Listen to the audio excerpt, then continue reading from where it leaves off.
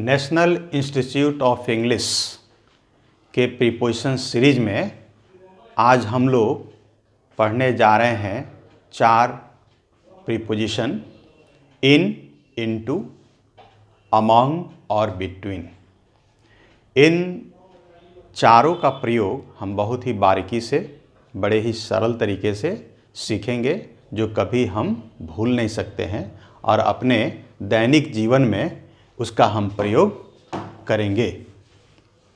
और इस प्रकार से आइए हम लोग चलते हैं सीखने। प्रीपोजिशंस हैं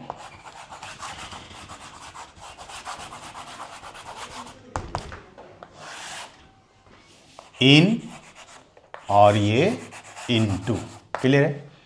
तो इन और इनटू ये दोनों हमारा प्रीपोजिशन है। पार्ट्स ऑफ स्पीच में क्या है? ये हमारा दोनों प्रीपोजिशन है और इन दोनों का अर्थ होता है में या अंदर या के भीतर, के भीतर। ये हमारा इसका हिंदी मीनिंग होता है और पार्ट्स ऑफ स्पीच में चलते हैं तो प्रीपोजिशन होता है। अब हम इनमें से एक एक करके इनका प्रयोग सीखेंगे। इन जो है वो हमारा एक प्रीपोजिशन है। इसका शाब्दिक अर्थ जो है वह भीतर या अंदर मीनिंग होता है। ये अवस्था जो है शांत अवस्था बताता है या स्थिर अवस्था बताता है। स्थिर अवस्था। कोई भी चीज भीतर हो और शांत अवस्था में हो, कोई हलचल नहीं, कोई हलचल या गति नहीं, कोई हलचल या गति नहीं, यानी शांत और स्थिर अवस्था बताना हो और कोई वस्तु या व्यक्ति भीतर के रूप में हो तो इसे हम इन का प्रयोग करते हैं। जैसे she is in the room, she is in the room. यहाँ गौर करेंगे, वह कमरे के भीतर है और स्थिर है, शांत अवस्था में है, कोई हलचल या गति नहीं है। एक और एग्जाम्पल हम देखते हैं। A coin is in the bag, a coin is in the bag. एक सिक्का बैग के भीतर है, इन के भीतर है और स्थिर है, उसमें कोई हलचल या गति नहीं है। तो इस प्रकार से हमने इन का प्रयोग ये देखा, जो भीतर या अंदर की अवस्था को बताता है।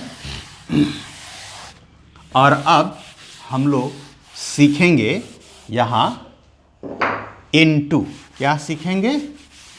इनटू। ये इनटू, इसका भी अर्थ होता है के भीतर, के भीतर या अंदर, लेकिन ये गति बताता है। क्या बताता है? गति बताता है। गति या हलचल को बताने के लिए और भीतर की अवस्था को बताने के लिए हम इनटू का प्रयोग करते हैं। जैसे कि एग्जाम्पल देखिए, द चाइल्ड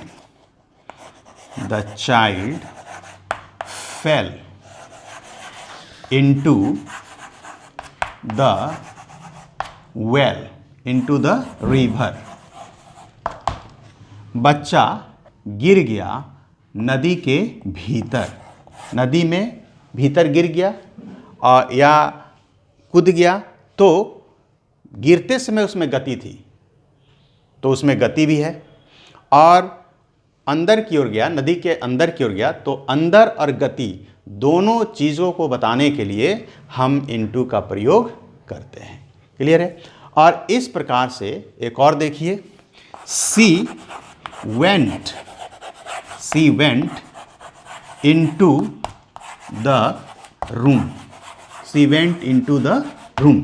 यहाँ देखें कि वह गई कमरे के भीतर। तो into जो है वो भीतर की अवस्था को बताता है और साथ में गति भी बताता है। तो इस प्रकार से हमने क्या देखा, इन और into दोनों प्रीपोजिशन है, दोनों का अर्थ होता है के भीतर या के अंदर।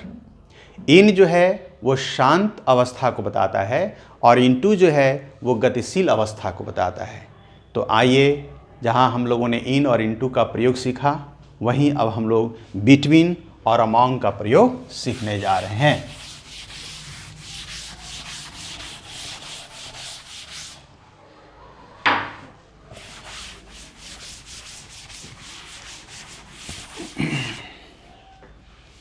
ये हमारा बिटवीन और ये हमारा अमॉन्ग। क्लियर है?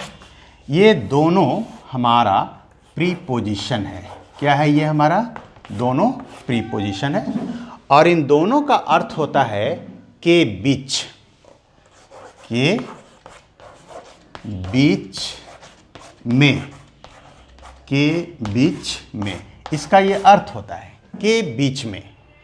तो जब दोनों प्रीपोजिशन है और दोनों का अर्थ के बीच में होता है तो हम अब जानना चाहेंगे कि इन दोनों के प्रयोग में अंतर क्या है। तो बिटवीन जो है, बिटवीन ये बताता है दो के बीच, दो के बीच की बात को, दो के बीच की बात को बताने में, दो के बीच की बात को बताने में, दो के बीच की बात को बताने में। क्लियर है? हम बिटवीन का प्रयोग करते हैं। तो इस प्रकार से Sita is standing, Sita is standing, Sita खड़ी है between Ram and Shyam, Ram and Shyam. तो सीता खड़ी है राम और श्याम, एक और ये एक, दो के बीच की स्थिति को बताने के लिए। क्लियर है? और इस प्रकार से हमने बिटवीन का प्रयोग सीखा। एक और देखते हैं, divide the sweet, divide the sweet between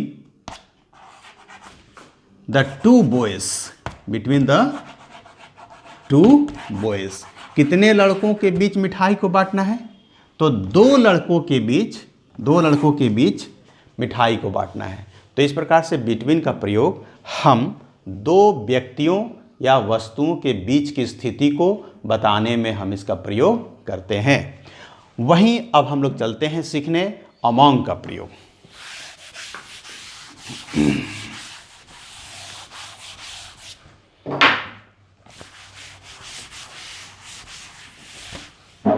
यहां अमॉन्ग, AMONG, ये अमॉन्ग भी एक प्रीपोजिशन है और इसका प्रयोग करते हैं हम तीन या उससे अधिक, तीन या उससे अधिक, तीन या उससे अधिक, तीन या उससे अधिक के बीच, तीन या उससे अधिक व्यक्ति या वस्तुओं के बीच की बात को बताने में, बात को बताने में या उनके बीच की स्थिति को बताने में। तो जैसे देखेंगे आप, a teacher is teaching, a teacher is teaching among 10